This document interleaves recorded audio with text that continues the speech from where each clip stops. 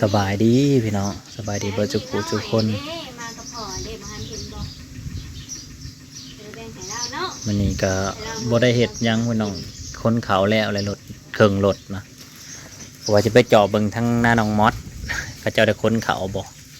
คนเขานี้ฝนบ่ก็เลยท่านคนก็จะไปคนซอยนะท่านเกี่ยวก็สิเกี่ยวซอยประมาณ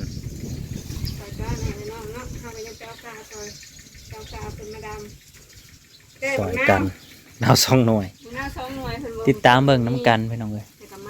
ยามเฮาว่างเฮาก็บ่อยู่ซื่อๆเฮาก็ซอยคือว่าซอยกันไปพี่น้องเอ้ย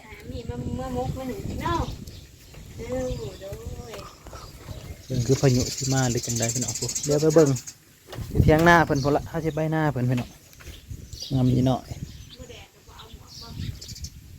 งัวเขาก็มาจอบอยู่นี่ได้เพ้อบ่ได้เพ้อเรียบร้อยโลดมาหอดเที่ยงหน้าน้องมอดเที่ยงหน้ามีหน่อยพี่น้องเบิ่งกองเขาเกี่ยวหรือเขาตัดเขาเกี่ยวติเขาเกี่ยวมดยังหลายให้ได้นี่อ๋อผูกยังหลายเติบอยู่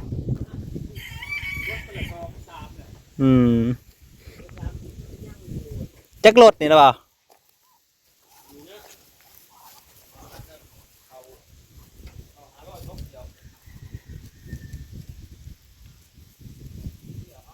ได้ดอกนี่20 ปลาย 30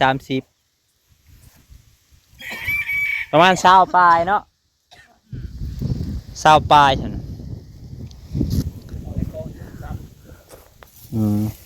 โอ้ได้วิทยุไว้ใช่คือขักแท้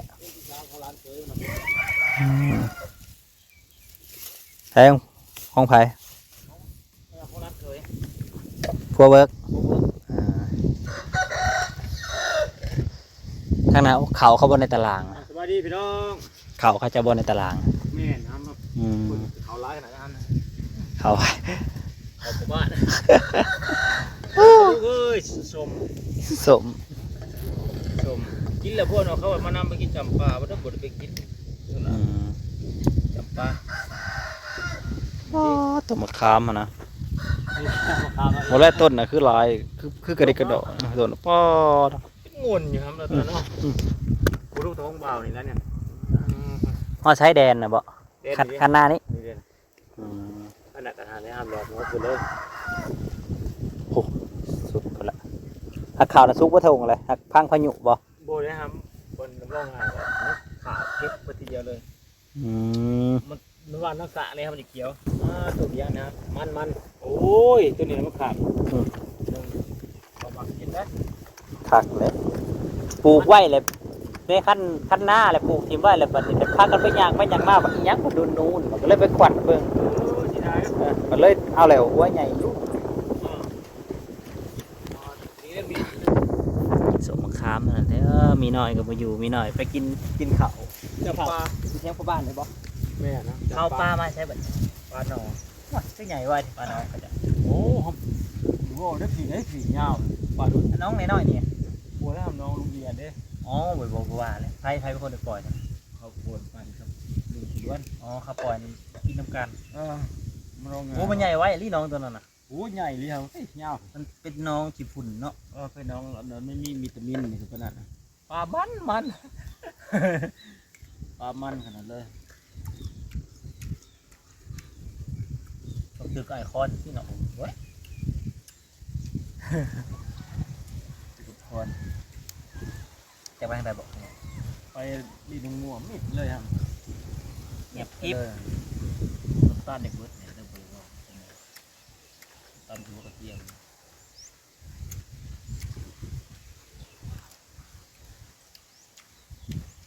มันร่มออกมาเลยเนาะเริ่มหนาวเลยน่าจะหายครับตัวครับหายใจจะรุดใหม่เพื่อให้เลยแต่ก็เล่าให้ใหญ่ให้น้อยเขาเจ้าให้น้อยสีให้หน้าที่ให้เขาเจ้านะเขาเจ้าให้หน้าสีให้เขาเจ้าตอนนี้ก็ได้ให้เครื่องแล้วได้เครื่องเขียว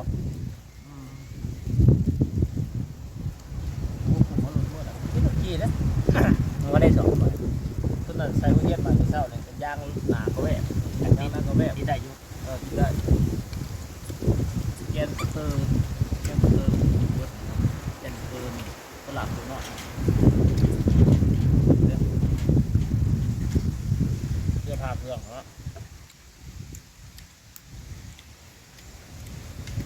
ได้มอดมารอบนี้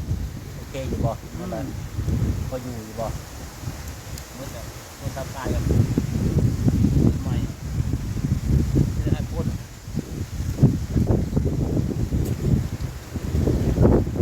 คนก่อนคนเล่นยากยากว่ะยากวะทำเป็นเนาะ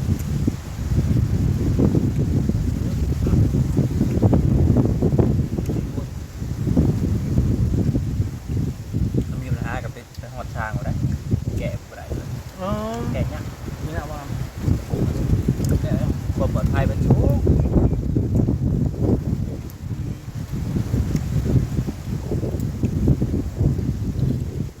เวลาที่ได้จะให้ก่อน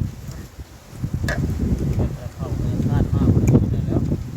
รถเป็นข้าวเดียวดังกิน เรียบร้อยบ่ เรียบร้อยเป็นหมดเลย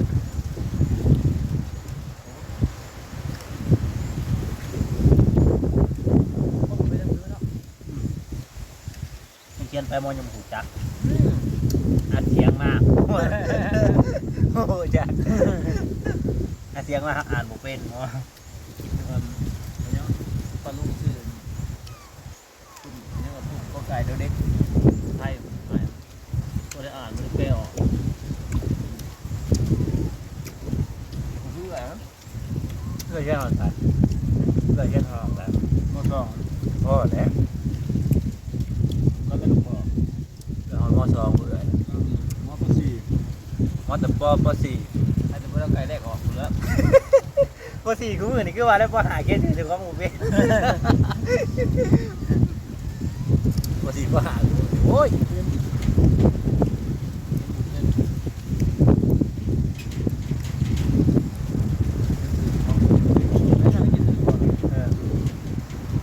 จะได้ไปหอบตีเลย มอสสี่คนไหนคน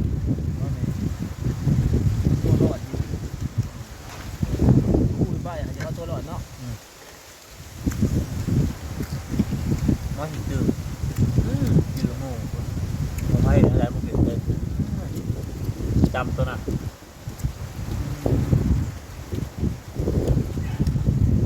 เอาคนจำเนาะคนจำถ้ามึงเอาจักหมดได้นั่น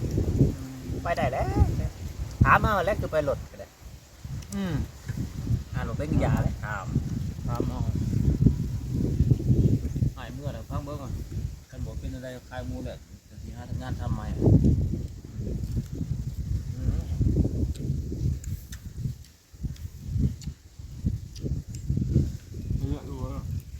เดือนนี้เริ่มออกขายของโม่บ่หรือว่าเกี่ยวเขา เดี๋ยวขอเรียกพวกพับไปแล้ว หายังกับพ่อหาน่ะเขาว่าบ่พิษกันเขาว่าอยู่น้ำกันบ่พิษบ่เว้าบ่ว่าก็ได้มันก็พ่ออยู่ ก็อยู่ จะได้ก็อยู่เพราะแต่เมียบ่เว้าหาย กินเนาะ พ่อแม่บ่เว้าหายบ่เฒ่าบ่เว้าหาย ไปดีเนาะไปดูดี ก็คือแบบมอดเป็นคนง่ายๆอยู่แล้ว คุณง่าย บ่ได้จุกจิกอีสังเฮ็ดหยังคือเฮ็ด ๆคุณบุญวิถีวิภัย บ่ได้มีปิดมีไผอีสังแต่ก็อย่ายุ่งก็บ่ได้แบบสไตล์ว่าสไตล์ว่าจุกจิก ว่าจะ มันบ่เอาได้จุกจิกบ่เอาเลยจุกจิกคือข่อยหนี้โลกข่อยขี้คร้านว่าเอานำโลดนะคนง่ายๆเขาสิเป็นคนแบบสไตล์แบบนั้นแหละคันจุกจิกเขาบ่เอาหยังโลก คุณง่ายๆทุกจิกคือโบชนเลย บ่สนเลยนี่เป็นได้แล้วแต่แล้วนะทิมเบิดอิหยังก็ตามบ่ได้สนใจ บุมียังอีกเอาเลยมาน้ำพอคือกันพ่อแม่บ่ได้คอยเว้าอย่างเนี้ยคอยเว้ายังบ่เคยคัด มอเฮียนหูเลยตัวเองบ่แฮง เงินค่ำกับพ่อใส่น้ำมอเยอะไง จักจำได้เลยแต่เก่าบ่ทันตอนบ่ทันกำลังสิเอาเมียยังบ่ได้เป็นหยังเนาะมีแต่ทายหายทายนายยังบ่ทันเป็น เฮ้ยบ่เป็นเลยน้อย ยังน้อย ๆคนที่มา ๆพอเอาเมียไปมันก็ยังพัฒนาเจ้าของเป็นเบิดทุกอย่าง เขาก็เป็น ตัดเขาก็เป็นนั่นเป็นอย่างว่าเบิด หมดตื่มหนึ่ง มันก็ใหญ่ขึ้นมาในระดับหนึ่ง หน้าเมื่อบ้านของเขาเธอเขายังบอกหันขับรถไถมอขับเซยได้ทางกับบุกกระบะมันขับเซย เก่งมู่เก่งเข่าทางเด้ทำไมเป็นนู่นจะคิดว่าจังไดบ่ทางเมื่อยังงามปวดเป็นสูงเป็นเหี่ยวเป็นอุ้ยทางออกหน้าขาเนี่ยทางออกหน้านั่นโอ้ยห้องก็สั้นมหาสั้นข้าพเจ้าอะไรยังได้ก็ว่าเขาปลาแท้มันคัดเลยอ่ะรถจักรมือจะบ่จะขืนนี่ห่วยแล้วไปตอนไหนมองเลยเนาะนู่นเลยโอ้ปีนี้บ่ได้ปลูกที่เขาหูเขาเพิ่งบวนได้บางกาวผมบวนขยองผมทั้งคนไปทั้งยอเปิดนี่เนาะทั้งดงเนี่ยเป็นจ้ะดงพวงนั่นดงพวงโอ้คุณได้ไปผมแล้วเขานอนอยู่คุณแล้วทางหน้าเขาเห็นพี่ทำหน้าเขาหน้าอีพี่ครับอยู่บ้านอันอาจารย์พี่ภาษาบาลีดูพี่นอนเผาอยู่แล้วกับปะเถาอยู่ที่นั่นความนอนเผาปะเถาก็ว่านั่นเราอยู่น้องกันตลอดอยู่กันตลอดอยู่เคยนะบุญเปิดฟ้ากันนะชอบคน